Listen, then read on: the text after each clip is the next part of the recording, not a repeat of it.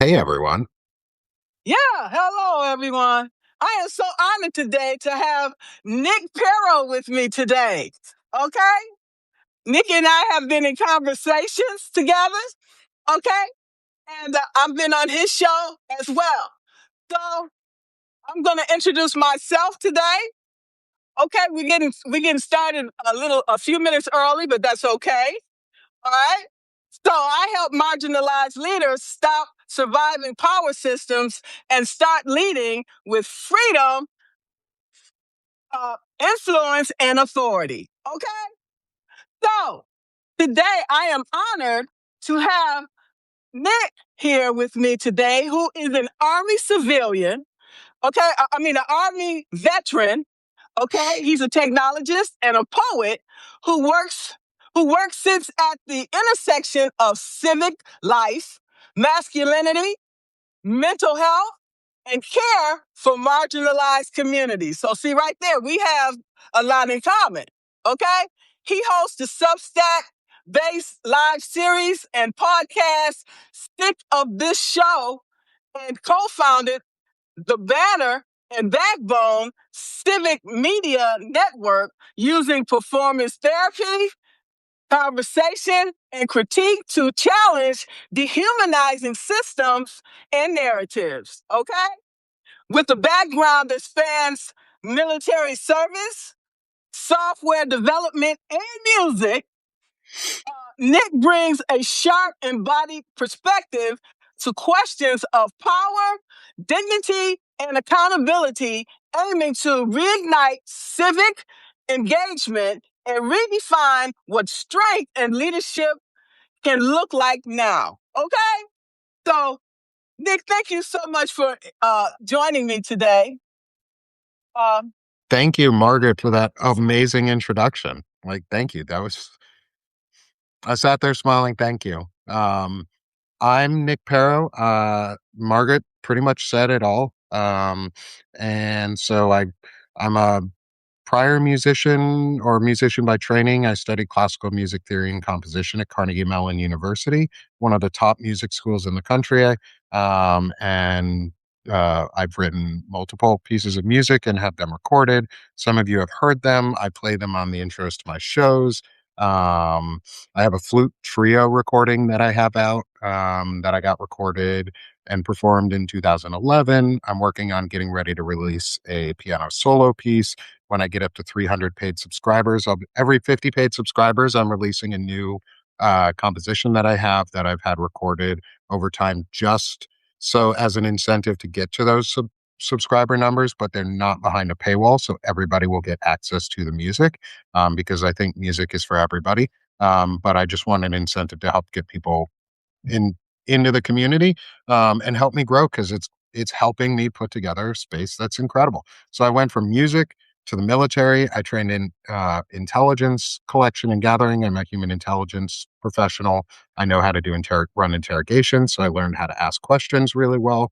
Um, I finally learned how. I finally, as I got older, learned how to internalize that ability and be good at it. I was not good at it for a while. It's taken me a while to get there because I learned I had to be comfortable with who I am to ask real questions to other people. Um, Sue, great question. I sing, I play the piano a little bit, self-taught there.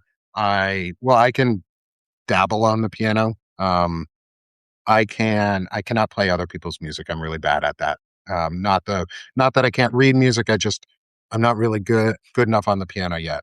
Um, I've played the saxophone most of my life. I have a wooden Hawaiian flute, bamboo flute that I've learned how to play. I'm learning how to play a Navajo wood flute that I picked up when I was in New Mexico from a flute like a Navajo flute maker. I got one of his last flutes that was available. Is beautiful, beautiful piece of woodworking. Um, and I'll practice on that one because I can play that while I'm on Substack, and it should come through really, really well. Um, also, I think I said the clarinets. I've got those. I play most woodwind instruments. I never learned how to play brass. I the mouth techniques were really hard. And I can play drums because I can smash on things, but not very well. Um, I will never claim that I'm a good drummer. Um, but I went from that to being in the military. And then from there, I got out. That's where I met my wife. We are best friends now. We've been married for almost 11 years at this point. We've been together for like 13 or 14 at this, like a long time, and we love each other. And she's my best friend and my favorite person. So I can't complain about having my wife. And I've got two kids. They're amazing. I went into truck driving at one point, and I did local pickup and delivery truck driving. I got my second college degree in computer science and with a focus on software engineering. Did a federal registered apprenticeship, so I'm a journeyman software engineer. Actually, worked at Amazon for 3 years. Worked at a startup for 3 years, and then lost my job. The only times I've ever lost my job are in tech. I've lost two jobs in tech, and they weren't my fault. It was because one, they shut down our entire division at Amazon, and I lost my job. Thanksgiving week was when I was told I was losing my job. And we had 30 to 60 days to get out. And I was lucky to get a job in that time frame. And it turned out to be a really good one for a while. And then I went into a very, very bully based management, or I was bullied for 2.5 years basically by an executive manager, and I worked my way through it.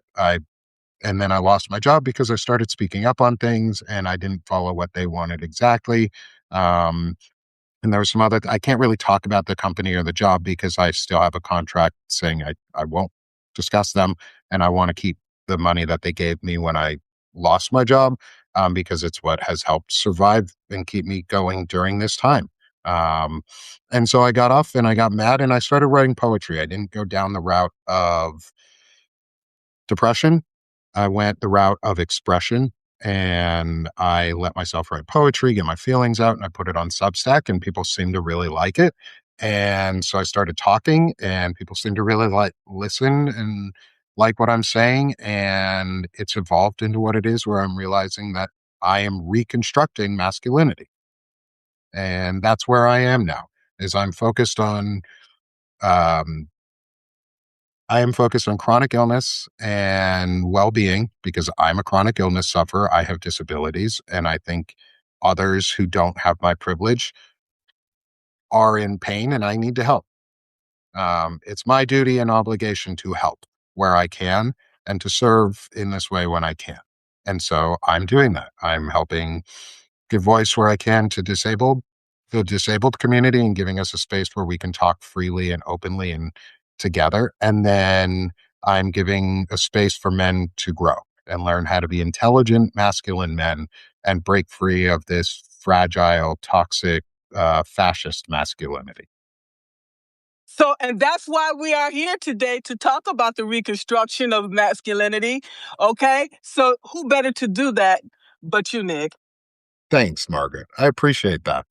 I appreciate being Yes. considered someone who actually has good ideas on this. Like, to me, like I have worked to build myself into a better person because I will admit too, when I was younger, I have said things that are reprehensible at people because I didn't know. Or I was in an environment where that was seen as the only thing you could say. And I've been near people who have said the N word to Black kids' faces in college and thought it was okay. I didn't participate, but I didn't stop it either. And now I'm in a different place than when I was in college, where I would stop that behavior because that's an unacceptable piece of behavior because no one should have that type of shit thrown at them. Nobody should have those words. I've had them thrown at me as a Jewish person. There are some really hateful and hurtful words that people say about Jewish people. I've had them thrown at me. I know what it feels like to be part of a marginalized community. And you shouldn't have to know what it feels like to be part of that community to want to care about them. But I know what it feels like and I do care. And so I'm going to do what I can to fix the hurts that I've done in the past, Maybe not with the people that I've done them or had done them to because it's been too long in many in some places. And I don't know if I and I do know that I'm the bad guy in some people's stories. And I'm okay with that because sometimes you have to be the bad guy in a bad person's story to be the good person. Like, it's okay to be the bad guy to a bad person. You're a good person to other people because of it. And so that's the mentality I come at it is like, I don't know if I'm the good guy. I don't know if everything I'm doing is good or right, but well, I don't know if it's good or in that like that good bad dichotomy, but I know what I'm doing is right. And that's more important to me. I couldn't agree more, Nick. And Thanks. yeah, so when we're talking about reconstruction of masculinity, um, you have to go back to childhood, okay? Because what were you taught that masculinity is and what it stands for? Yeah. Can you Yeah. talk to So, us about that? oh, absolutely. So if I go back to my childhood, I am very lucky. I will say that up front. I'm very lucky for a lot of families as I had two really good parents. I have a stable parenthood. I have a stable family. Yes, we have issues in our family. We've had times when people don't talk to each other. I'm fully aware that we have hurt each other at times. We have said things to each other that aren't always the nicest. We also, not all of us agree politically on things. Yet we still maintain the family now. And we have, and I have purposely maintained the family and built connections across the political differences because I think the only way that I can help people is if I talk to them. And so part of that is going back in time to when I was a kid. My parents gave me really good examples. My mom is a school psychologist, is a licensed school psychologist. And so I was taught early how to discuss emotions and like understand and be aware of them. Whether I internalized all of that as a kid is a different story. Like I didn't internalize everything my parents taught me. I rejected some of it because I didn't want to listen to it. My dad gave me a really good example of like a calm demeanor and for like until it gets to a breaking point. Like my dad gave me a really good example of what it looks like to remain calm, to remain safe, to remain dedicated to what he was doing. But when it hit the point of no return, it was done. It was over. He put a foot down. My dad wasn't one who put a line in sand when things happened. He put a line in stone. And so if things happen, that was it. He taught me to stick up for what you do and respect your values and hold them true. He also taught me how to grow in your values because my dad was more conservative when I was born. By the time I was an adult, you would have never known that. You would have never known my dad was a conservative because he was the safest person in the family for my cousin to come out to. She was afraid to tell him, and he looked at her and he said, I loved you yesterday. Why would I not love you today? Oh, that was his response. That was my first introduction, real family introduction to what it meant to just accept someone in our family who was gay or lesbian. Because my dad literally just said to him, why the fuck does it matter? Basically. Like I loved you yesterday, I love you today, I'm gonna love you tomorrow. It don't matter who you love as long as it doesn't hurt you. And so that's what I was taught love was it's a partnership, it's friendship, it's good as long as it's good for you. I love And that. s and so I don't always talk about my dad, I talk a lot about my mom and the influence she's had because of a lot of the psychological and mindfulness work that I do. I've also had to go through all my own stuff because I've gone through years of therapy and things like that. But my dad has been a really big influence on just giving it a quiet example of what it means to be able to grow, to admit your flaws, to accept them, to accept different things that you wouldn't have accepted years ago to actually talk about mental health when it's uncomfortable. And it took years for him to open up on things, and he finally did. And that's made it better. And it shows me that that's also because that's a choice that I'm making too, is that it's the right one because it's helped my dad grow more. And so I want to give, because of the example that I got, I want to give other people an example that they can follow. And it doesn't have to be me, doesn't have to be exactly my example, but maybe you can learn something from it and apply it to your own life. Absolutely. Now, it sounds like you grew up in a very healthy um, environment, which was great, but many of us sadly didn't have that opportunity. Okay. So, what you're talking about is replacing silence with emotional literacy. Yeah. Okay. And that is so important. That's some of the building blocks, the foundation that we all need growing up. Okay. We're being nurtured and shaped to become this adult. And many of these um, are not good. Okay. We see that when you talk about toxic working in a toxic work environment, and we see all this narcissistic behaviors. Okay. Because people feel threatened by Hmm.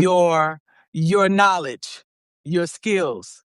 Whereas they should be embracing and we should be working together. And that's the Yeah. problem in the world that we live in today.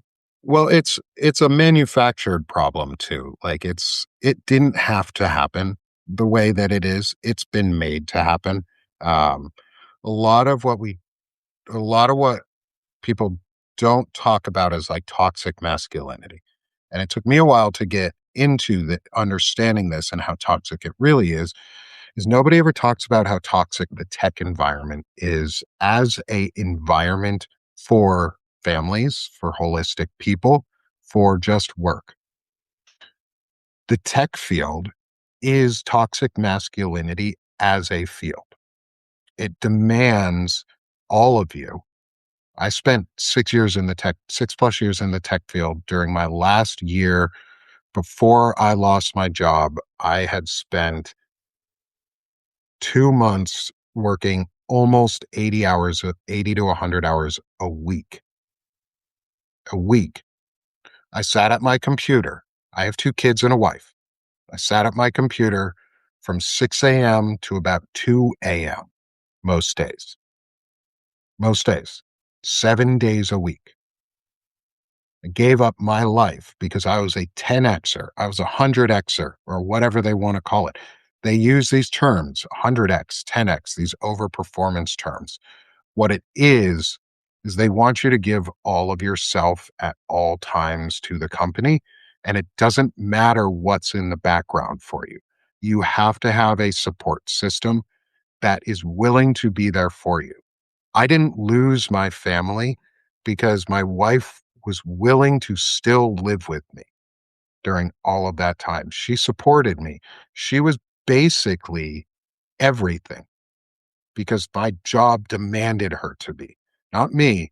I didn't want her to be all of that. She had to stay at home.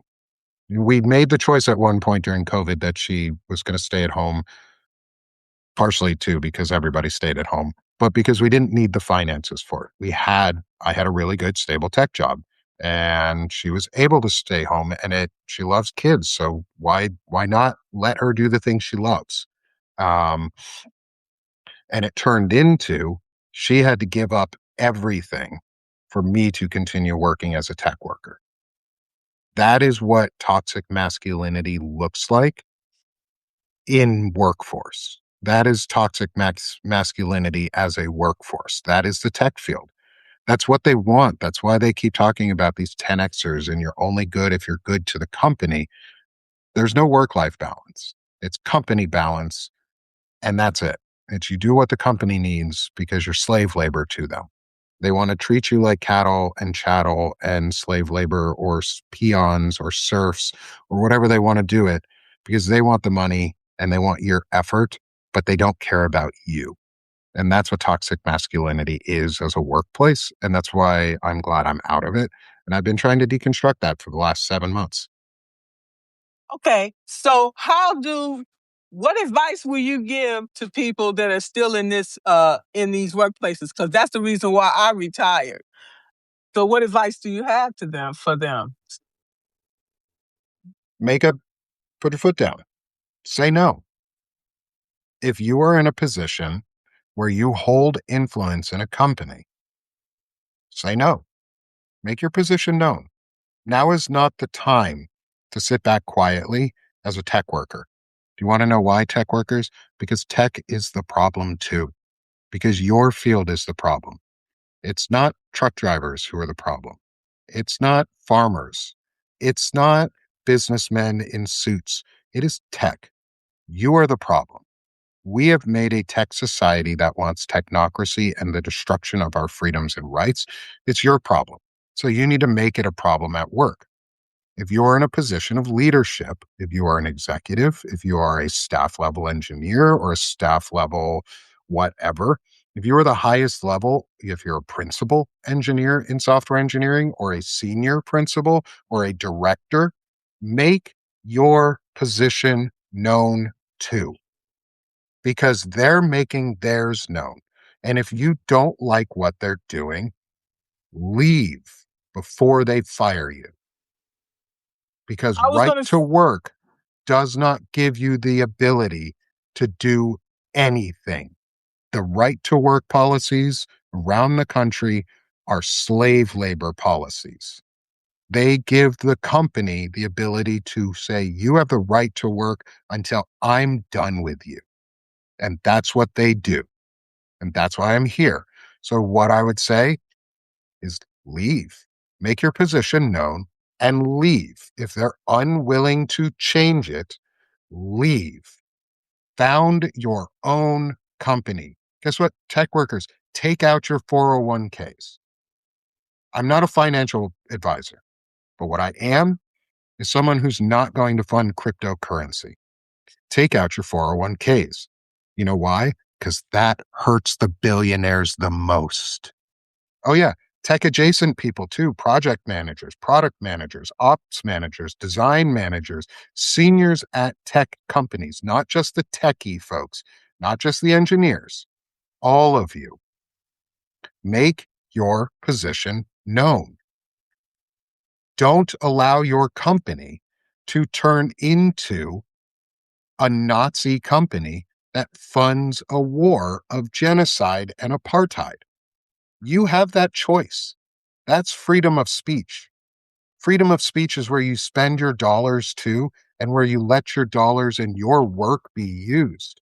If you're in a company that is fueling fascism, make it known and then leave. Use your 401k now, because you're not going to get a retirement if you don't. And if you do this and you help us, guess what?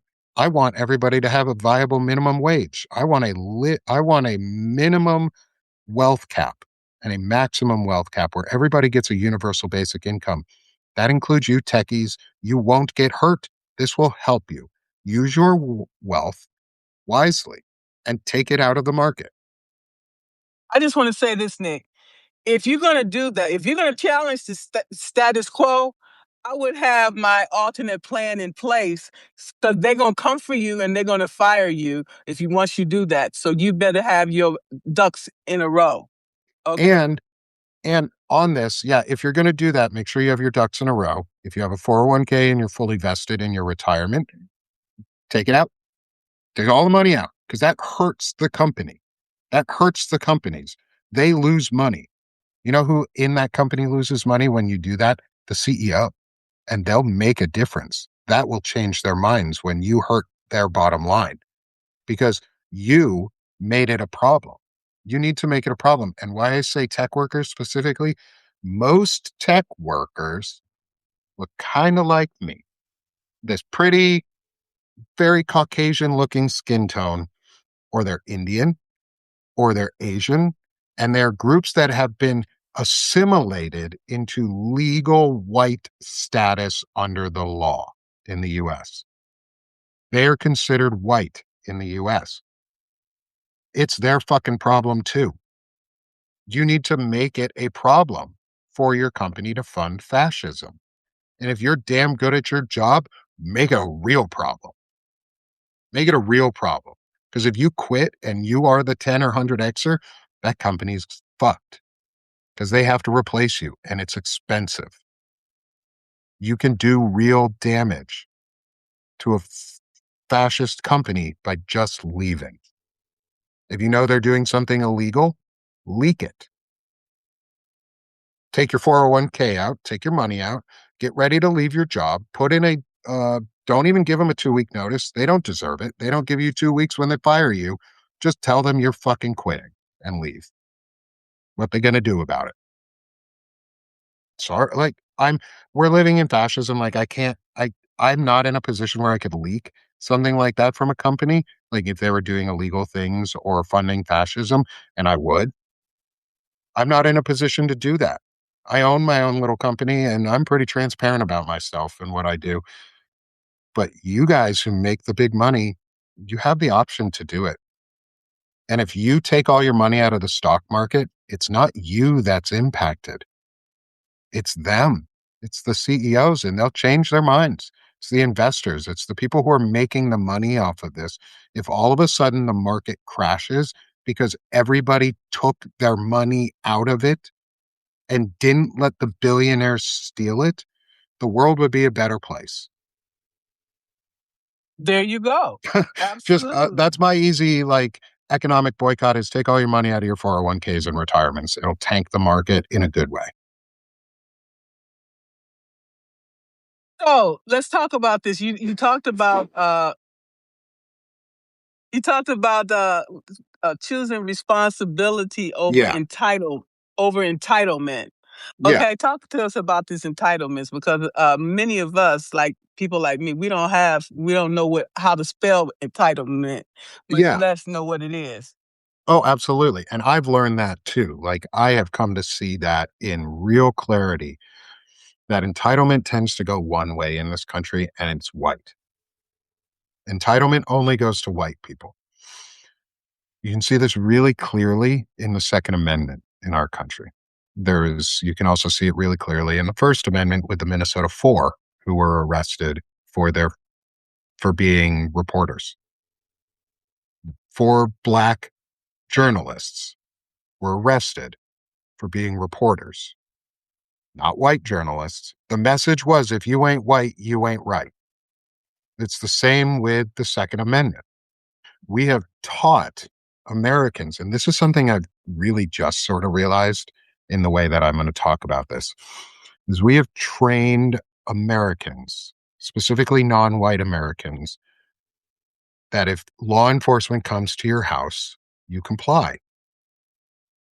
America has trained white Americans that if law enforcement comes to your house, you shoot them. What? Uh, the no quarter laws, Second Amendment for Americans is about castle laws, is about protecting your home. Every white American that I know, if somebody says, what would happen if an intruder busted in your house in the middle of their night? Their immediate response would be, I'd shoot them. No questions asked. You ask the same question to a Black family, to a Middle Eastern family, to an Asian family, their response is not, I'm going to shoot them. It's, I'm going to comply because they'll kill me otherwise.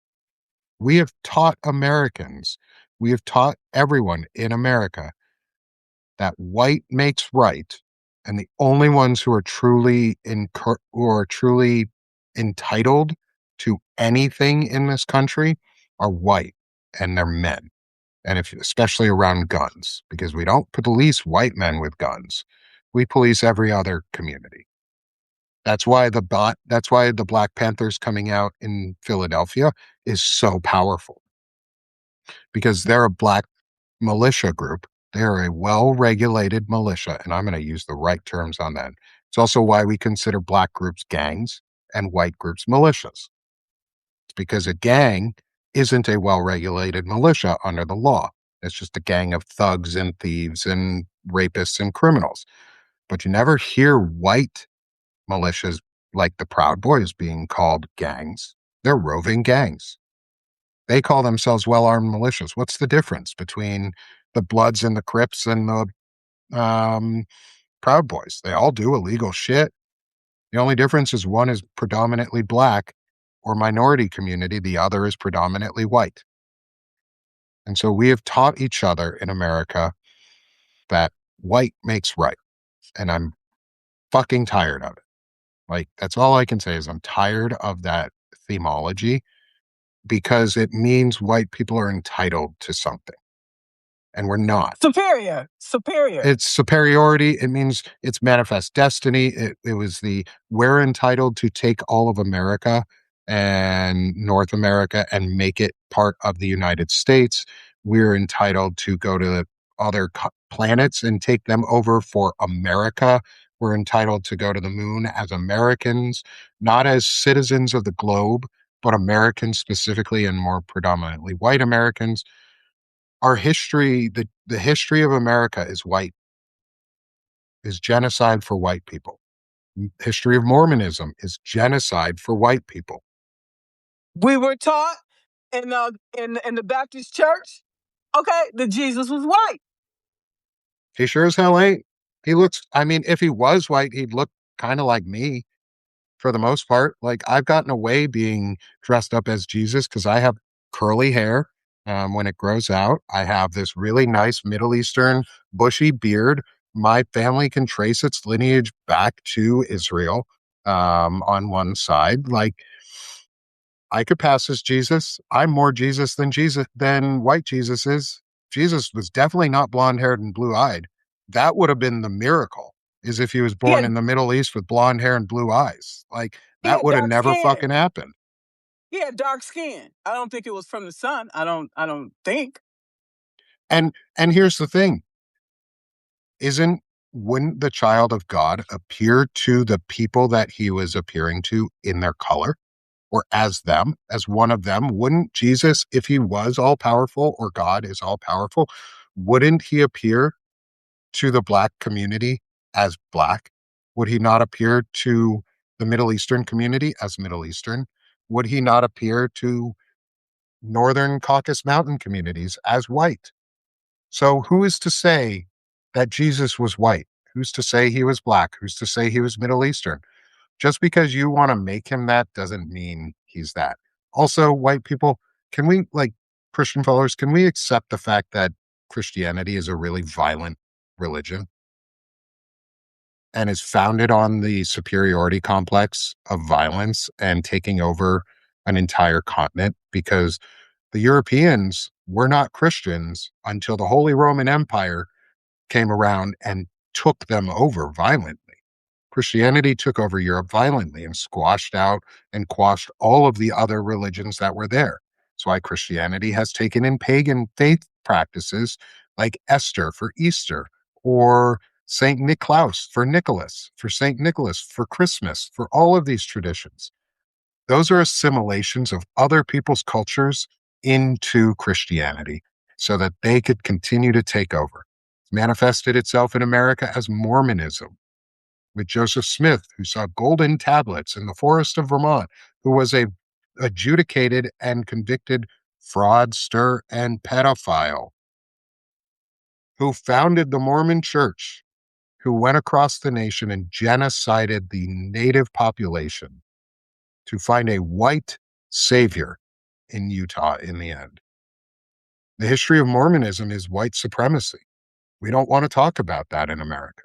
Nobody ever talks about the fact that Mormonism didn't let black people in until like 20 years ago, if that. They don't They let used to gay have, folks in.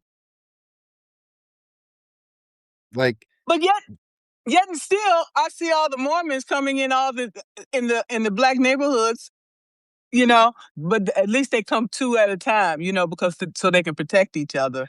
So I I don't understand I that. want to talk about that just for a second, just to get off base, because I also think this is important. The indoctrination that goes on for these children through these types of events is awful. The the No, I'm not saying don't misconstrue my words. Not all Mormons are racist, just like not all white people are racists. I'm not a racist. I'm proudly anti-racism. But enough Mormons are, and it was founded on it. And they have to accept that. You have to be willing to accept your own flaws. That's what masculinity is to me.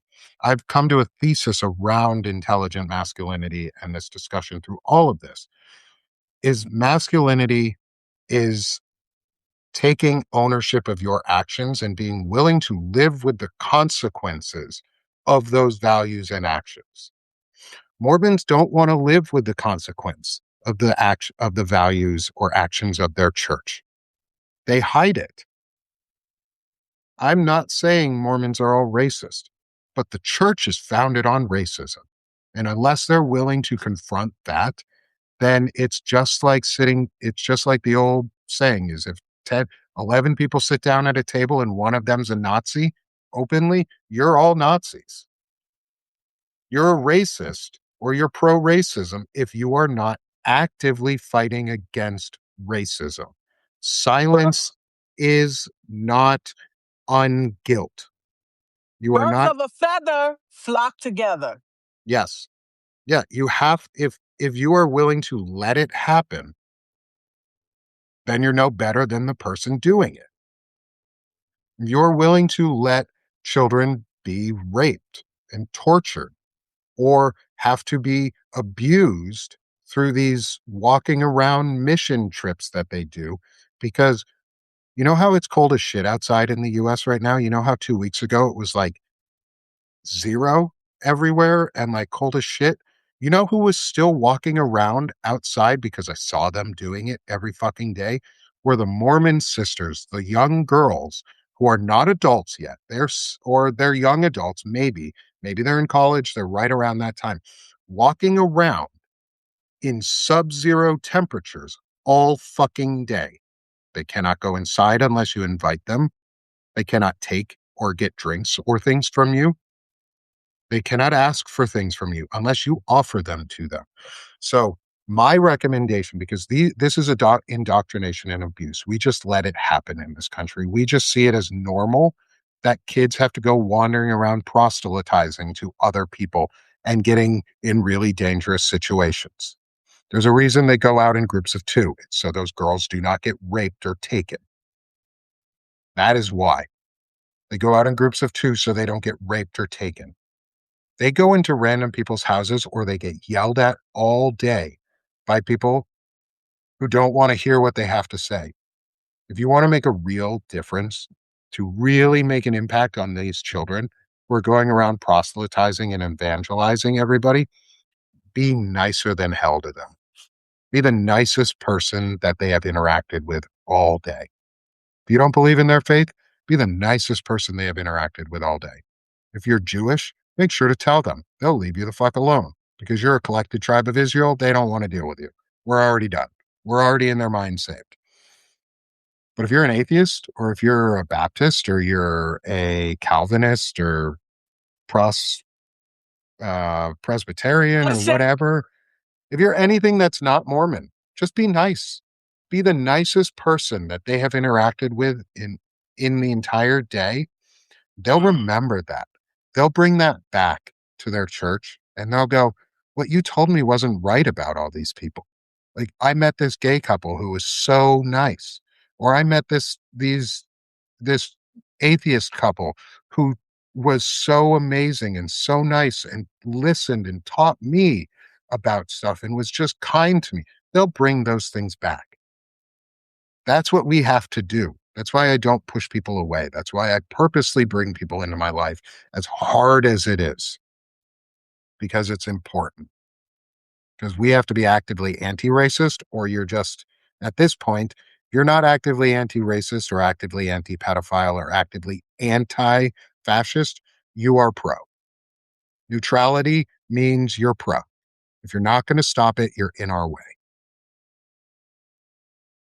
I love that. So basically, you're defining manhood internally, not culturally. No, it is cultural. I am defining Okay. it on both levels. I think Okay. masculinity has a place for both because it's a better humaning discipline.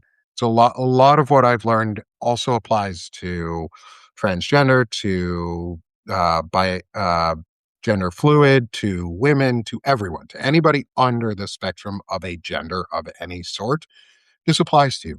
It's a cultural thing to me. Like politics is downstream from culture, and our culture is fucked up. Our culture is racism. Our culture is racism right now. And so to me, I have like it's the refusal. So the true thesis definition I wrote is it's the intelligent masculinity is the refusal to outsource accountability onto others and the discipline to live with the consequences of your actions and values.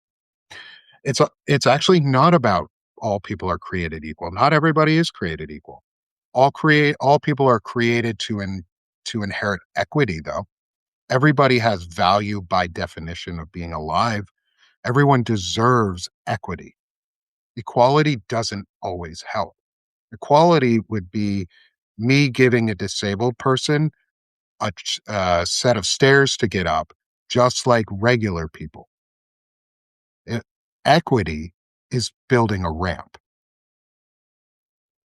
So The we need same. to get over the idea of equality. It's equity we need. Our society needs to be an equitable society, not just an equal, but an equitable one. You were also talking about sustainability when you're talking about the ramp because it's Yeah. of this reuse. Yep. Yep. And that ramp helps more than disabled people. It helps everybody.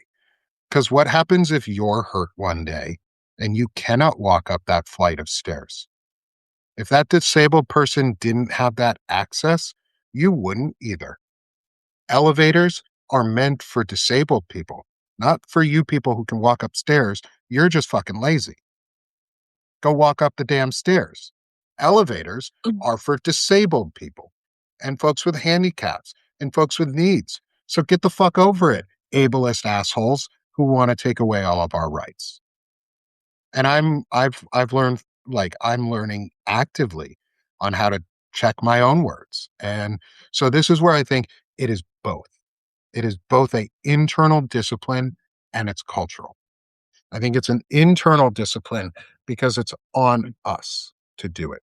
We have to have the discipline to say, I inherently have enough value that it's worth me working on myself and making a better system.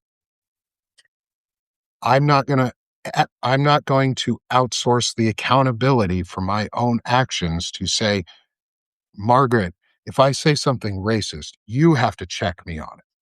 That's outsourcing accountability.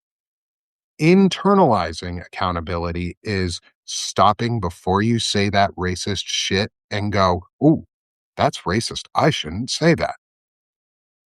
That is internalized accountability. That is me not outsourcing my accountability to others. It's me saying racism exists and white people are racist right now in America, hurting the Black community. It's not on the Black community to fix that problem. It's on me. It's on the white community. It's on the oppressors to fix the problem, not on the oppressed. Victims shouldn't fix a problem that isn't theirs. White supremacy is abuse at scale, is family abuse, is spousal abuse, is domestic abuse and violence. I stole that from, I think it was either your weirdo friend or This Woman Votes. One of them said it is white supremacy is domestic abuse as a government system. Mm. And I can't get that out of my head. Like it is. It's victim shaming. It's telling everybody else that you have to fix the problem that is ours. I'm refusing to pass that on to other people now. It's not your it's not your responsibility to fix my issues. It's mine. It's not your responsibility to fix men's issues. It's mine. That's why I stay in my lane. I don't discuss women's issues because women are better at doing that than I am. But what I do is I amplify those issues. I don't have to be the one discussing it to make sure it's seen. Like the SAVE Act issue that's going on. There is an act called the SAVE Act, which is sitting in Senate waiting on John Thune to let it go to the floor if he ever decides to, that will strip the ability for anyone who has ever changed their last name from being able to vote without really, really strict document checks. That means if you're married and you move, you may need to fucking re register to vote in a really serious way, or you might not be able to vote at all. They're coming for women's right to vote. They're coming for gender fluid people's right to vote. They're coming for trans folks' right to vote. They're coming for gay folks' rights to vote. Because you know who the only class in America who does not change their last name when any event happens in their life? White men. We don't change our last names for shit. Our wives do, our spouses do, we don't change our last names. And that's what they're coming after. And it's under the guise of illegal immigrants are voting under fake names. So they're going to make it so that you have to show your original birth certificate. But guess what, women or transgender folks or anybody who's changed their name, gay men, lesbian women, anyone in between on all of those asexual folks, anybody who's changed your name, you're fucked if the SAVE Act gets passed. It will strip the right to 97 million people in America right away to vote. Well, what I the can amplify that message as a man, but it's not I can amplify that message and do my part, which is men. If you think that it's wrong to strip the rights to vote away from anyone who is not a male, because that's what it's going to come down to. It's not just white. Well, it is white, but they want to go back to landowning white men as the only one who can vote in this country. They want property owning white men to be the only ones who can vote in this country. It is my responsibility as a property owning white man to not allow that to happen. Because I own a house, I own property, I'm married. Should my wife have to vote my way or not be able to vote at all? No. Should my daughter not have the right to vote or have to vote the way that I tell her? No. Or the way a spouse tells her? No. Should I be able to control the fact that if they have a credit card or not? No. Because nobody does that to me. Like, I'm just advocating for equity for everybody. And the fact that that's considered racist against white people is a problem. Like, I'm a race trader and I'm okay with that. I would in this is Jim Crow that they want. The SAVE Act is Jim Crow. Is modern day Jim Crow legislation, and I'm not going to refer to anything else because that's what it is. It's they want to bring back poll watchers and poll taxes. Having to buy your birth certificate and passport and make sure everything that you have up to date matches correctly costs money. Not everybody can afford to do that. so now our citizenship is going to be in question? Yes.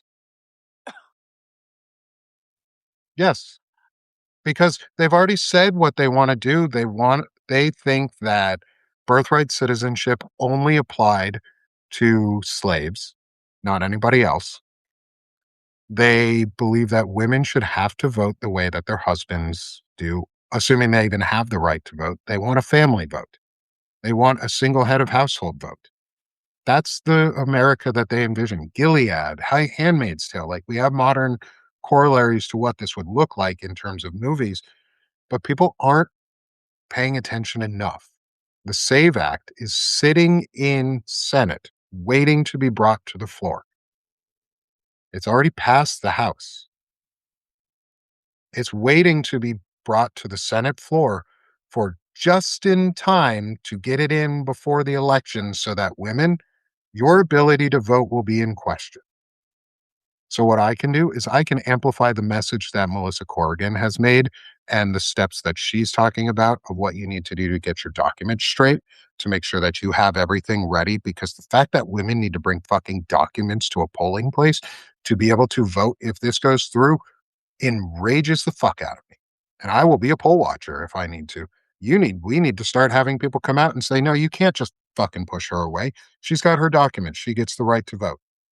We need men out there who are willing to stand up in front of everybody else, not because we deserve the attention. I don't want any fucking accolades from this. I'm just here to make sure other people get the same rights that I have and same freedoms that I have. I don't want accolades. I just want everybody else to be at least bare minimum what I'm getting. Like, do unto others. Christians, if you want to live in a Christian society, do unto others you want done unto you. Golden rule. Fucking follow it. You're not doing very well.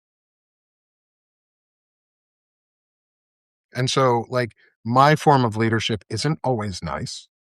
It's very direct. Again, good is subjective, bad is subjective. Nice, soft, hard, strong, weak, all subjective. I'm blunt as shit, if y'all haven't noticed. I like to be blunt. I like to talk, and I like to tell people how I feel. And if they're uncomfortable with that, that's a them problem, not a me problem. Because I'm not threatening. I don't threaten people. I don't use violence as a form of pressure because that's domination. I have a real big issue with domination. That's bullying. I have a real big issue with domination, which is why I'm doing an intelligent masculinity series about not outsourcing your accountability onto others because that is domination, not discipline. Discipline is knowing that when you're right or wrong, you get to live with those actions. I've made some wrong choices. I hope I've made some right choices recently. I hope I continue to make right choices, but I know I'll make some wrong at some point. I'm not going to beat myself up for it all the time. I'm going to evaluate what I did wrong and learn from it. And if I need to apologize at places, I will. If I don't, I won't. It's the ability to guard my intellect, my emotional center because I'm worth it, but also realizing that everybody else is worth it too. So what are some of the things that gets unlearned? Okay, like the idea that vulnerability is weakness. Yeah. Okay. So one of the things that I unlearned was not only that vulnerabilities, and this is something I still work with, is I have a hard time like expressing emotions constructively. Like, and so it's like I have a hard time busting out laughing because I've had to mute my emotions a lot. I go through depression. I am a depressed person. I am a person with depression. I'm a person with anxiety. I'm a person with chronic illnesses, and it impacts my mental ability to feel and come comprehend all of the emotions. However, I work on myself to do it. And so like the the idea of vulnerability to me isn't just emotional vulnerability, it's creative vulnerability. It's I'm a poet and a composer, and I'm putting myself into more vulnerable situations by writing poetry. I wrote music and I don't sing very often. That's the thing that I've always been afraid to do, as much as it like sucks because I trained to sing and I know how to sing and I thought I was pretty good at it. Um, but it's always been a fear of mine to sing in public. It's always been a fear of mine to talk in public. And here we are sitting on a podcast. The only reason I can do it is I imagine that it's just you and me. And I don't have to worry about all the audience until I look at their chats and I'm like, oh, hey, we've got like all these people listening in on us. But vulnerability is creativity, is creative vulnerability, is letting yourself actually feel the emotions of what you're doing. Like, I let music move me. I let myself cry during sad parts of TV shows. I let myself cry during sad parts of animes. I love animes, and they have a lot of emotion in them. I let myself do it, and then I let my kids see that I do it too. I let my wife see that I do it too because they do it. It's healthy for them to be able to show their emotions. Why can't I? That's one of the things that was missing when I was a child. Okay. I didn't get a chance to see that, to feel that. And that's very important growing up. Yeah. You see the humanness in people and that Yes. it's okay for you to be human as well. Yeah. And if other people are allowed to have emotions, why can't I? And if I'm allowed to have my emotions, it's just like the same thing with the freedoms is if I can have these freedoms, why shouldn't other people? If women can be well-rounded human beings who are able to both feel their emotions, go intelligent mind and wise mind and emotion mind and filter through the groupings of the mind category. Like I do a lot of therapy and mindfulness therapy. And so wise mind is a huge thing for me. There are two ends of the spectrum. There's intelligent mind, there's emotion mind. One is where you're hyper logical, one is where you're hyper emotional. It's a spectrum. It's a sliding scale in between those of what wise mind looks like. You have to be able to adjust it for each situation. You have to be able to be strong enough to say no to yourself inside before you say anything outside. The most powerful examples of those, of people who do that, are women. I'm not saying all women are good at it. There's some who are bad too. Just like there's some men who are incredibly good at their emotions and are great examples of it too. We just have to be willing to listen and find, or as my friend Sherrod said, Sherrod Sweeney over at Centered America said, is men, go find a group of men you can cry around. You'll learn how to have emotions after that. Like women do it. Why can't I? Why can't I have friends that I can cry around, laugh around, joke with, have fun with? Why do women get to have all the good time? Why do women get to have that good time? Why do I have to be taught that the only form of masculinity is oppression and domination? That's not fun. Do you see how ugly people look like Stephen Miller? Do you see how ugly JD Vance looks? Or if they weren't wearing makeup, they're ugly human beings because your emotional ugliness manifests itself outward too. And intelligent Wow. masculinity manifests itself. I have good skin. I don't look like a penis walking around like Stephen Miller does. I don't have wrinkled up emotion, like facial features and just exude an aura of hate. People come up and talk to me. Kids come up to me and want to, and ask me who I am. And yeah, like Grammy Phil says, hi, mom, is you talk to people. It comes from the inside out, and that inside has to look good for it to be good outside. And you can tell who the not nice people are pretty quick because they make it easily seen. And right now we live in a place and a time, and that's why I'm doing all of this, is we live in a place and a time where they feel comfortable letting that be seen. We have shifted the idea of what is acceptable behavior to the point where every behavior is acceptable. The paradox of tolerance is we had to tolerate every viewpoint, but we didn't because we forgot it's a social contract, not a moral one. That's why I think masculinity is both. Looping that back in is because masculinity is part of the moral contract of society, which makes it a social problem. If you're bad men, you are breaking the society's contracts. Pedophilia is a societal contract that is being broken by men who are abusing others into it. Do I think, like, we'll take Jeffrey Epstein just for a second. We'll take Jeffrey Epstein and Ghislaine Maxwell. Both went to prison. One, we don't know if he's dead or not. We assume he's dead. I'm not going to be a conspiracy theorist.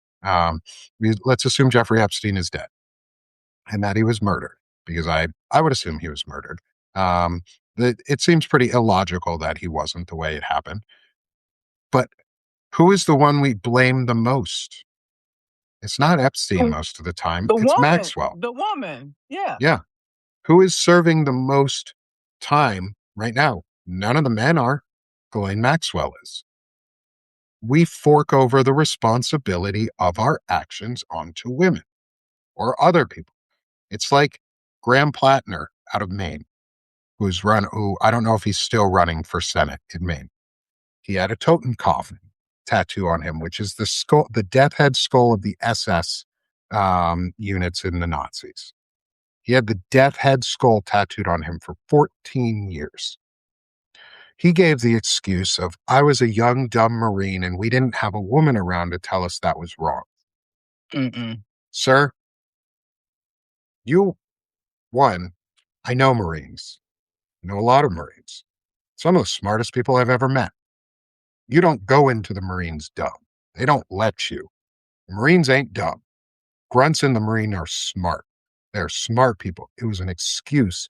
You wanted to blame the fact that no one would, that you didn't have friends there who could tell you no or say no, this was dumb, or you didn't have the courage to say no, this is dumb. And you went along with it for 14 years, which means you were okay with what you had on you.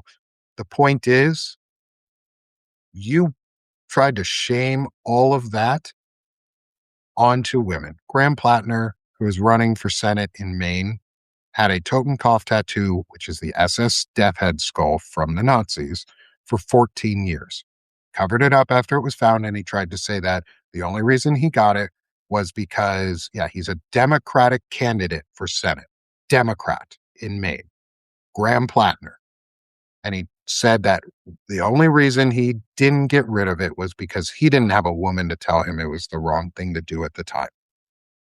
Bro, fuck you. How do we call ourselves better or different than the Nazis and the Nazi Party and the regressive Republican Party? Because they're not conservative, they're regressive. They're trying to regress us backwards. Yes, Graham Plattner out of Maine had a death head skull for 14 years. He was also an anti fascist investigator, so he knew exactly what that fucking skull meant. He knew. And he chose to keep it on him for 14 years. Covering it up now does not give you a buy, and then blaming women for not knowing and blaming the rest of Marines saying you're dumb. If that's how you're going to act in the primaries, what you going to do when you're in office? Are you going to rape children? Are you going to Curious. protect I'm just curious. pedophiles? I'm curious. How come the Army didn't see it? Because the Army recruits white supremacists all the time. Because the military recruits white supremacists all the time. It's the reason all of the bases in the South are named after Confederate generals. The only way that we got white hillbillies to volunteer for World War II, for Vietnam, for Desert Storm, for post 9/11 and the global war on terror was to appeal to the racism. We appealed to the racism. We appealed to white supremacists. We appealed to racists. I'm not going to sugarcoat it. I won't sugarcoat that history because we have to Keep it real. confront it. We have to confront that history. To Find Out podcast does a lot of interviews around that. And there's so much that's going on. Like they did an interview with Graham Plattner, and I still don't believe Graham Plattner. I still think he's a shitty fucking. He he did the wrong thing, and he shouldn't be running, and he needs to get out. He shouldn't be representing the Democratic Party. It's the same thing as what would have happened if, and I hate using these references, and I hate doing this, but it has to be said. What would have happened if, say, Qasim Rashid Esquire was running for Senate, and it came out that he had an ISIS tattoo on him? What would happen then? What if Mamdani had a tattoo on him that was pro ISIS? What if a black person came out and had a Black Panther tattoo on them? Or something along those lines? They would have been run the fuck away. They would have been run out of the primary. Yet Graham Plattner got a televised a bunch of TV spots going, oh, I didn't know. I got it in Europe at a Romanian tattoo shop. Yeah, man, you went and found a tattoo shop that did Nazi tattoos. Those are hard to find. You went to one. That was a choice, man. You made the wrong one. Senate is not the place for you to make up some sad sob story to try and get pity votes. I don't pity you. Stop giving white people passes for problems that we have made. Live with the consequences of your own actions. Like Michael Cohen, people like that. Live with those consequences, dude. Well, I wouldn't vote for the man because more time out of 10, he's gonna be voting with the Republicans anyway. Hmm. Yeah, exactly. Like, And I'm assuming you're a MAGA traitor. him. Yeah, I'm That's assuming what you're a would MAGA set him plant. up. Hmm. So they probably gave him money and said, "Hey, we're gonna give you this money, and we want you to, you the Democrat, but we want you to vote with us." Yep. You Yeah. know, I mean, corporate Democrats who don't stand up to say abolish ICE, who are not out there um, who are not in Minnesota, who are maybe on book tours. There's more important shit to do than going on a book tour right now, fuckheads. Like, if you're a Democratic congressional member or senator and you don't want to say abolish ICE or stop this, you're just you just want fascism later. Like, I can't unless you prove to us that you don't want fascism, you just want it later. Corporate Democrats are fascist later, not fascism now. They want slow fascism, not quick. We need to get rid of all of them. It's not a Republican only issue. There's a lot of racism in the Democratic Party too. A lot of it. Has anyone ever seen James Carville speak? He's a racist. He's a misogynist. He's an asshole. He did some ad spots for James Tallarico against Jasmine Crockett. And James Tallarico hasn't come out and said, hey, I denounce this guy for doing these ads. He's a really bad person and says some really shitty things about women and about my female candidate or the candidate I'm against. And Jasmine Crockett does not deserve those types of attacks because she's an amazing human being and a great congressional member right now. And I'm proud to run against her because we both share the same values. You see how easy that was to say, James Tallarico? If you want my respect back, fucking kick James Carville to the curb. Get rid of anything that you did with him. Like, why we are propping up the racist portion of the Democratic Party. I don't want to be Republican light. I don't want to be fascist light. I want to be progressive. I want to be a place where we progress forward, where people get equity and equality. Yes, both, but equity more. Because we need a societal that's equitable for all of us. And so I'm just out here doing my part, calling out men who. Why do I think James Tallarico did not speak up? Because I think he's a coward. It does not take a lot to call out James Carville. Doesn't take a lot to call out Adam Kinzinger when he says stupid shit. It doesn't take a lot to call out Michael Cohen. Doesn't take a lot to call out Joe Walsh. Look at Joe Walsh. He's the perfect example of a Republican who helped start the Tea Party movement, who has changed his entire way of being and has evolved into a human being that values dignity. He is a person that I don't attack. Do I disagree with him on some issues? Yes. But he has evolved. James Tallarico is a coward because he hired and advertised with James Carville, knowing he is a racist and a misogynist. And he's unwilling to say, I shouldn't have done that. That's what makes him a coward. That is what it is. It's nothing else. I like James Carville. I like what he taught, or sorry, not James Carville. I like James Tallarico. I like his message. He has a beautiful view of Christianity and of love and of compassion. Go be a preacher, dude. If you're going to preach Christianity in the House of Congress, in the halls of Congress as a senator, go do it somewhere else. Government is supposed to be apolitical or a-religious. That means all religions are equally touted, which means shut the fuck up about yours. I don't care about your Christianity. Sorry, like being Christian isn't a positive thing right now. You guys have made yourself into the bad guys. Not saying all of you, but it's the same thing as when women say all men. All Christians are the problem, unless you show yourself as not. And there are people who are showing themselves as not. Look at what Tim Whitaker does. He's out there. He's an evangelical progressive Christian doing really, really hard work and being out there doing the right things.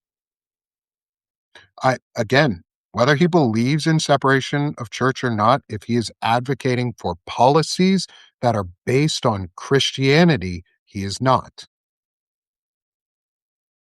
If it's based solely on Christianity, it is not separation of church and state. That is legalizing Christian values. I want a government that doesn't care if you're Jewish or Christian or Buddhist or non-denominational or none of the above.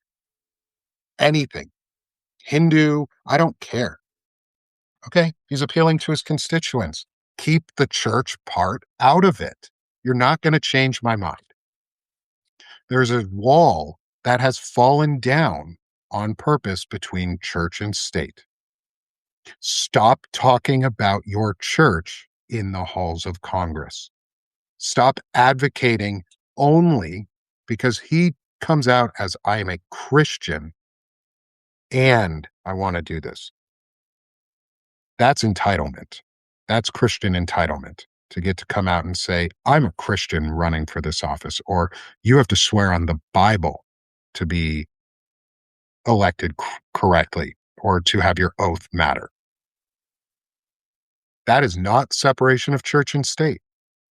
So we cannot keep advocating for politicians who are preachers, whether we like them or not. He's a preacher more than a politician. Does he do good in Texas? Yeah. Fucking stay in Texas then, man. Run for state office where you'll actually have more impact. Because Jasmine Crockett has done the work. Jasmine Crockett is qualified more than anyone else. So whether James Salarico, whether I like James Salarico or not, or his opinions, don't matter. He's not as qualified as Jasmine Crockett is. She is more qualified. She is the better candidate. She has the credentials for it. She has worked her ass off in a way that he never had to. And she is a threat, and they're afraid of her. And she is a threat to the Democratic establishment because she doesn't look like me. The Democrats are equally as racist. They're just better at hiding it. You should ask Wajahat Ali or Qasim Rashid how racist the Democratic Party can be. You should ask Zohran Mamdani because it was vote blue no matter who until Zohran came out. I wonder why. I wonder why it was vote blue no matter who until Zohran came out. Is it because he wasn't white? It's not because So, he's a socialist. It's because he wasn't white. so all of these politicians are selling us out. Yes. Every last Not all one of of them. them. Not all of them. The majority.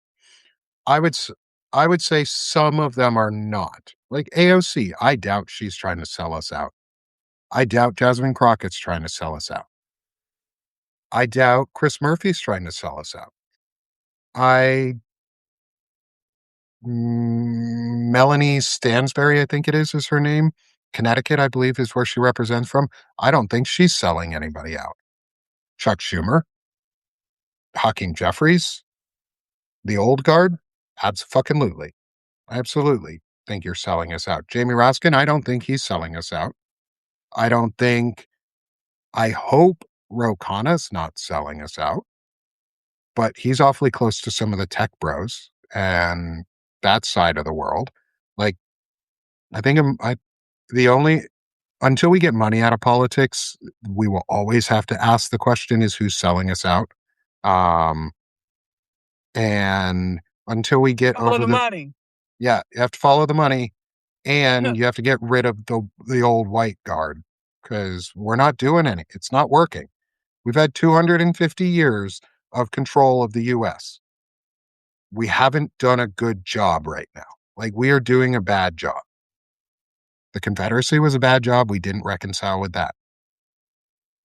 Jim Crow era was a bad job. We didn't reconcile with that. World War One and World War Two were bad eras. We haven't reconciled with the fact that we sent Anne Frank back to fucking Germany. We sent Jewish kids back to Germany. We sent Jewish families back to Germany because they weren't white enough. We don't have a good legacy in this country.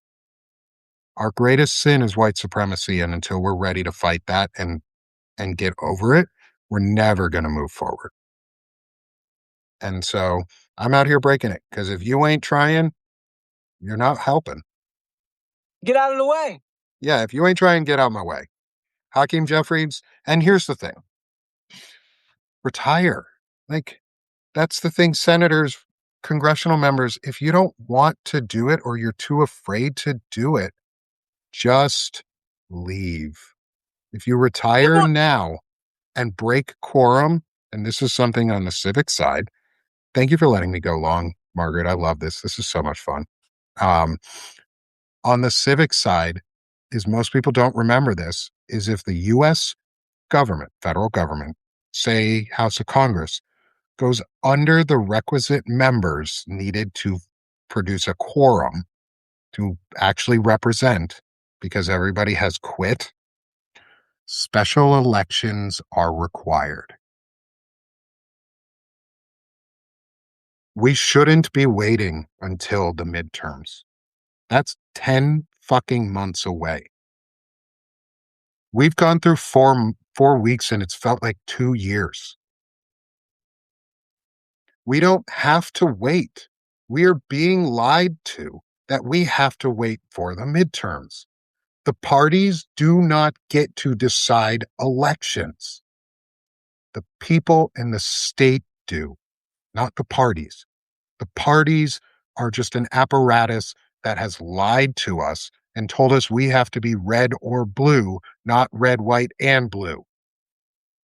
That it's us versus them, not all of us versus them. The tiny them, the oligarchs, the robber barons who are robbing us bare. That's why they're called robber barons, because they rob us bare. And they're doing it over again, and they're pitting us against each other because they have made it defined as red versus blue and not red, white, and blue. E pluribus unum, out of many one. One great nation out of many diverse peoples, out of many individuals coming together collectively to make a great nation. We can change a lot if our congressional members had, hopefully it doesn't do the weird thing for me. It'll do a celebrate if I put my fingers up, because I have the emojis on the, and I don't want this a celebration. We can do two things. We can pressure our representatives and our senators to retire immediately if they're unwilling to do their jobs. Then we can have special elections. And because we can walk and chew gum, and we can pressure our elected representatives to change the law, because that's all it is a law on the number of representatives in the House, and increase it immediately. They could do that. They choose not to. They set the number of representatives in like the 30s, 20s and 30s. Like, we should have 750 something representatives right now. Like there is a proportional there is an actual like formula that they have found that works, that says based on a proportion of your society, these are the number of people you would need in a parliamentary style representative system to properly represent this amount of people.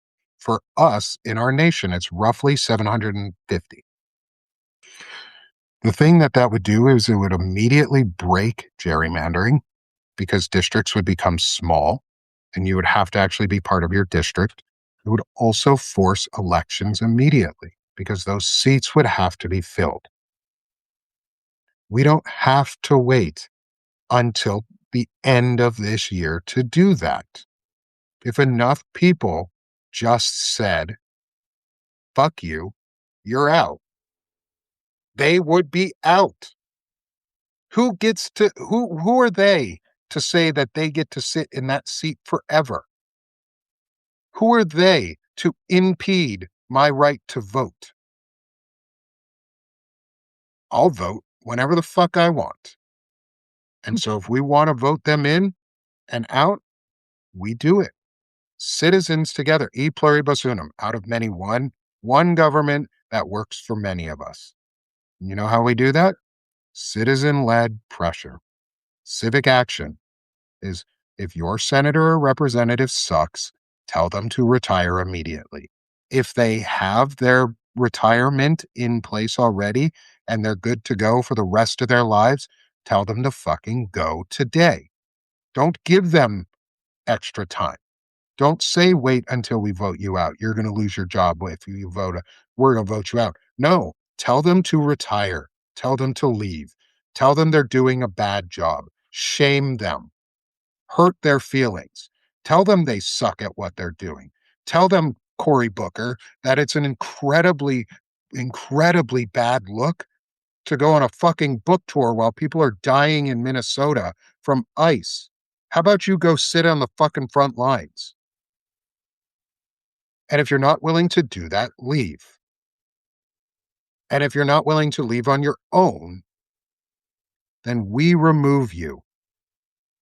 Guess what? Thomas Jefferson, as shitty as a person as he is, specifically talked about this. There's a mechanism in the Constitution for citizens to remove the entire government. We're just not ready to do that. We can do it without fucking firing a single shot, too. There doesn't need to be weapons to remove people from Congress. If enough people just got up and said, hey, we're going to hold a vote today on who our new representative is because you don't represent us, guess what? What they're going to do to fucking stop you? What are they going to do to stop you? If a new representative shows up and says, hey, you just lost the vote in our state 99% to 1, get the fuck out of here. Maybe there's no precedent for it. We're in unprecedented times. Try unprecedented things. What they gonna do? What are they gonna do? Tell you no? Well, too fucking bad. Keep doing it. Nick, Owning slaves was legal. Owning slaves was legal. Owning human beings as slaves was legal. It was the illegal acts that people did because it was morally wrong to own a human being caused slavery to end. If we chose as a people to stand united and say, nah, you ain't our government, get out, we're done, it would happen. Nick, had you ever thought about running for a political office? Yes. So I thought about it running for this term in state office in Arkansas, but I'm moving. And so the town that I would be moving into is a different state representative district than the one I'm currently in. And I thought it would be inappropriate to represent a people that I don't know and am not actually part of yet. So yes, I am considering it in the long term for state because state is more important than federal in a lot of ways. And just so everybody gets some hope, Arkansas increased the number of state Democratic representatives by 1 in this last cycle, winning our first seat in 20 years back. Guess what? We can do more. We can break the supermajority in the state of Arkansas. You can also tell your state reps to quit too. There are a lot smaller amount of people that need to join together to say, hey, you don't represent us. Get your state reps to quit. Get your school board members to quit. If they suck, if they're doing the wrong thing, if your mayor is doing the wrong thing, if the city comptroller or the whoever's doing the finances are doing really, really bad jobs and illegal things, remove them. There are legal mechanisms to do it, but public pressure and shame work a lot quicker. You don't want to be known as the rapist, pedophile protecting House Representative Steve Womack from Arkansas, or John Boehner, or John Boozman, or whatever the fuck your name is, Tom Cotton. Do you guys want to be remembered as pedophile protectors? I wouldn't. I can buy a billboard in Arkansas that says Steve Womack protects pedophiles. I can buy a billboard. You can too. They are kind of expensive. But imagine what would happen if a million billboards went up in every congressional district and people just went out and said, representative who is not voting to release the Epstein files or not voting to impeach a president who has clearly violated his oath of office and has clearly committed crimes that are high crimes or misdemeanors, like clear as day. If you're not, if you have a representative or a senator who doesn't want to admit to those facts, get a group of you and your friends together, go buy a couple billboards that say Representative yada yada yada is protecting pedophiles, is protecting a traitor. That'll get the message across. Be creative, y'all. We gotta be creative. Like that's why we gotta be creative in our solutions because they do it. You see Charlie Kirk billboards, you see Jesus is King billboards. I saw a Christian flag flying above the American flag in Oklahoma the other day. That's illegal as fuck. They see themselves as a Christian group before Americans. Let that sink in, y'all.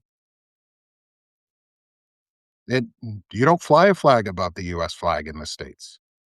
That's violation flag code. You can go to jail for it. You can go to jail for that shit. But they do it in Oklahoma. So why can't I buy a billboard that says Donald Trump's a pedophile or Steve Womack, you protect pedophiles or Mike Johnson, here's your grinder profile name. Like, I don't have a problem outing these people. They're not protecting the communities. They're not part of our communities. If you're gay and a Republican and actively voting to harm other people, and you have the power to hurt other people, not just a voter, but you have the actual legislative power to hurt people, say Mike Johnson or Tom Cotton or what's his name, Josh Hawley out of Missouri, who are all clearly gay men. Y'all, I don't want to protect you, and I'm not going to, and I don't feel bad about it because you have the power to hurt and are using your power to actively hurt the community that you are supposed to represent and be a part of, whether you want to be part of it or not. And so we can call these things out. We have to. It takes us to do it. Who do you think puts up all these anti abortion billboards or all these like hate billboards that come up that you see? Small groups on the right that get money, big groups on the right that get money. Why can't we do it? Someone, please go out and buy some billboards. If you got money, maybe we'll start a GoFundMe or something for billboards. Like, we'll buy some billboards and we'll just start putting them out in everybody's congressional districts because that's what we can do. That makes a point. It sends a huge message. If your district all of a sudden just has 100 billboards in it calling out the representative as a pedophile protector. Just saying. Or if somebody at Grinder, hey Grinder folks, y'all know how Grinder crashes every time the Republicans come into town? And like how there's a huge spike in usage every time a Republican convention happens? They're not your friends or allies. Leak that. There's no data protection laws in the US. Fuck them. They break the laws all the time. Use your skills for good. Give us uh, Mike Johnson's Grinder profile name.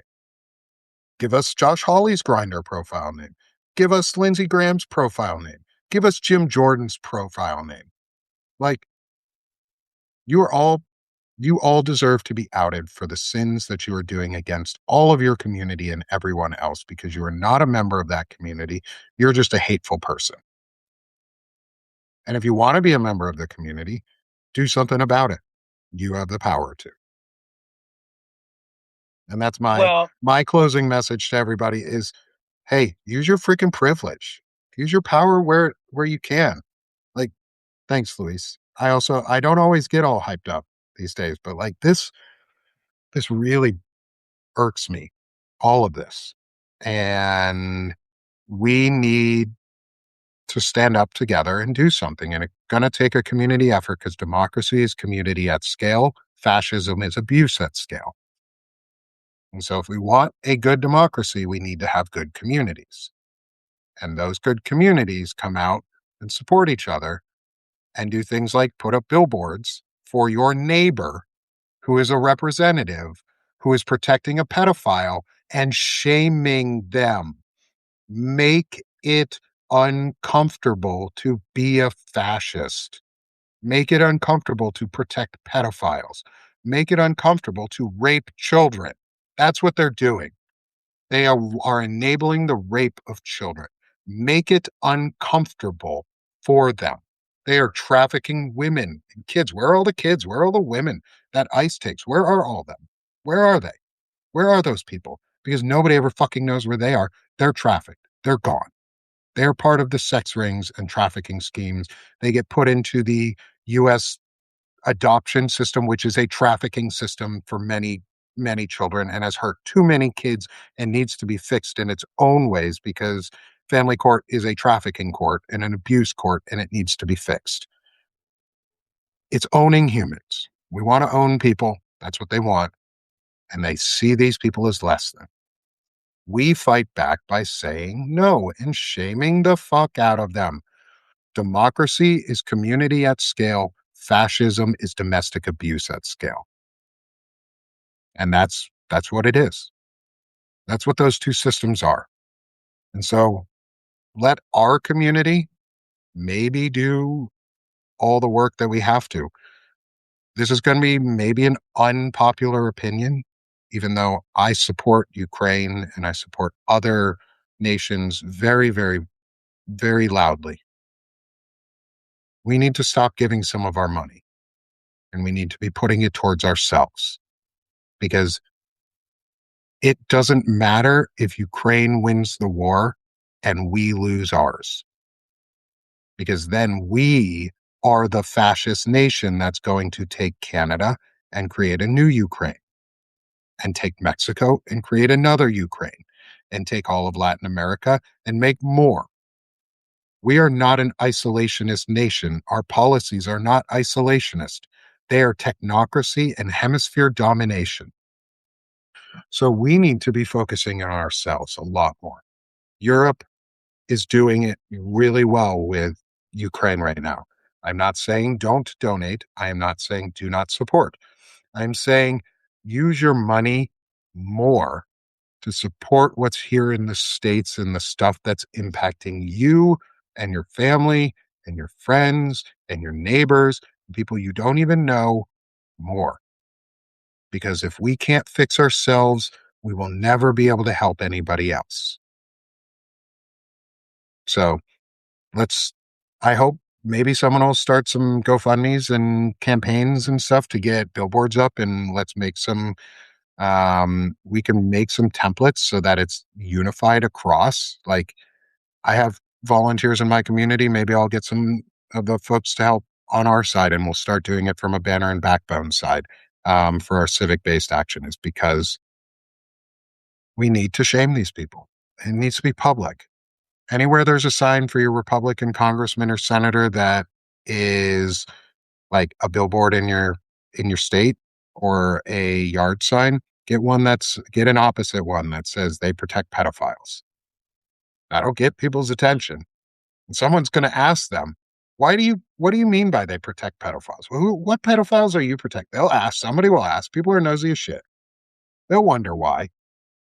And it'll strike up a conversation. And I bet you'll also make some friends through those signs. You will definitely make some enemies in your neighborhood and people that don't like you, but you will make some friends.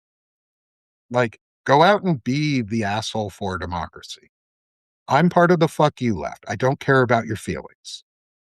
Fuck your feelings. They told us that forever. They're the snowflakes, not me. I don't go hide into some fascist circle. I go and talk about my shit in public. That takes more strength than what you got, dude. You got that little testicle syndrome, that micro ego syndrome, hiding.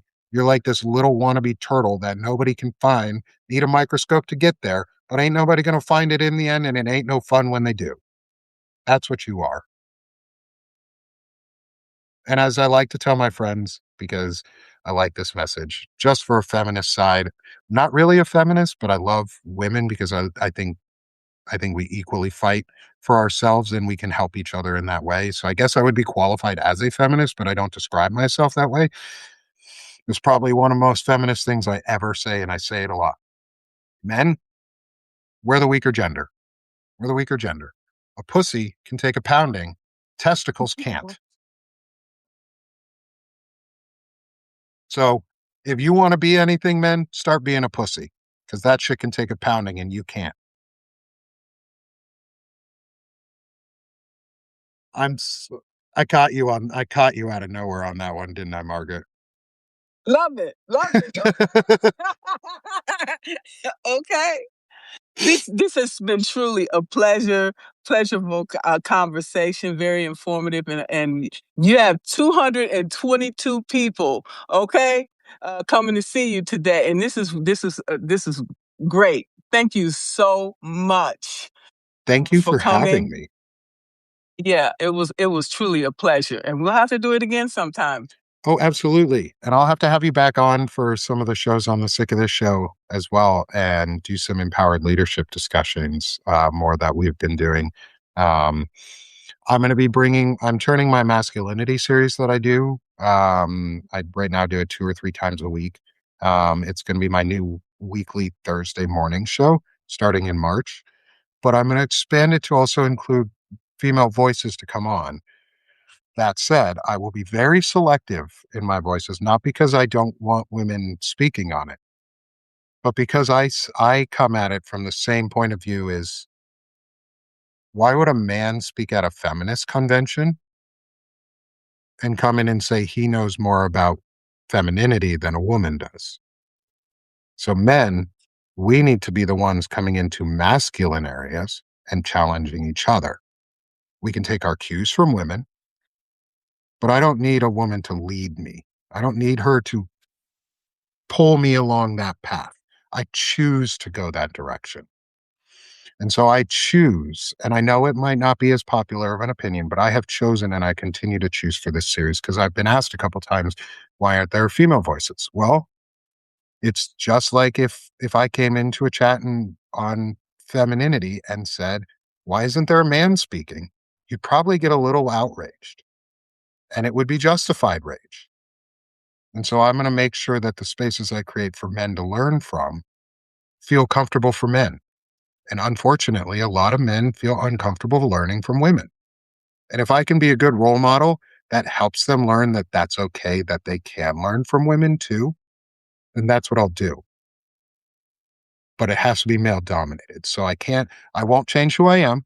That being said, I'm going to have folks like Margaret on because she's an empowered leader, because she's someone who helps set that straight path, that path that's not narrow, that has many ways of going, as long as we fight in the same direction.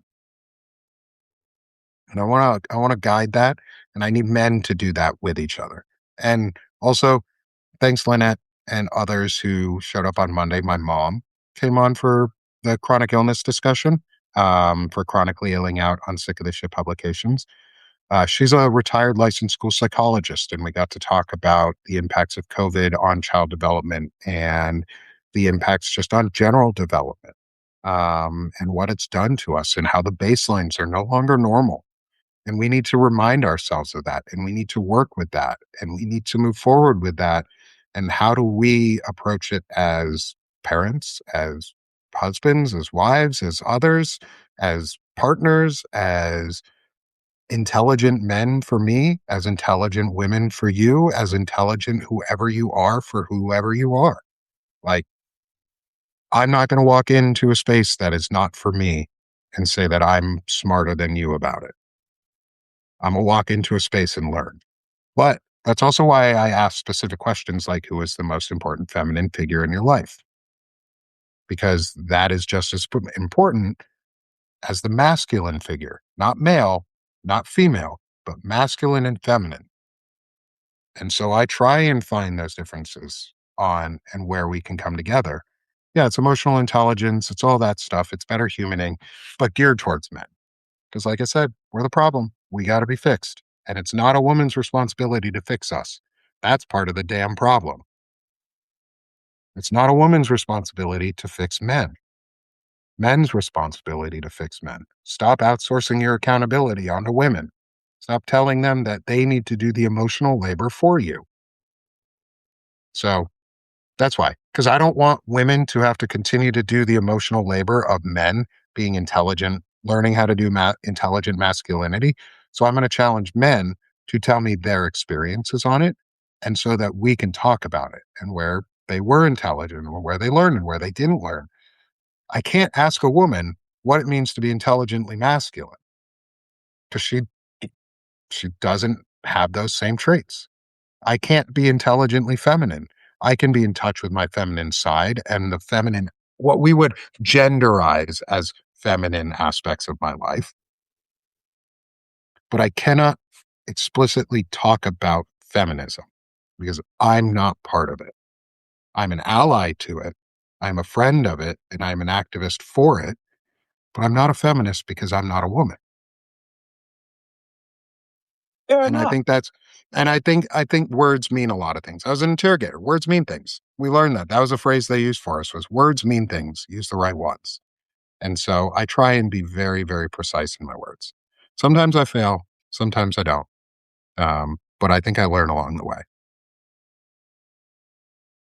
This has been such an amazing conversation, Nick. Thank you so much. I appreciate you and walking along this journey with you, your friendship, um, fellow veteran. And thank you so much. And thank you all for joining us for this amazing conversation. This has been so much, Margaret. So much fun, Margaret. Thank you so much. Thank you. Thank And you thank so you, everyone much. in the chat, too, for all the amazing comments and discussion points. I appreciate it.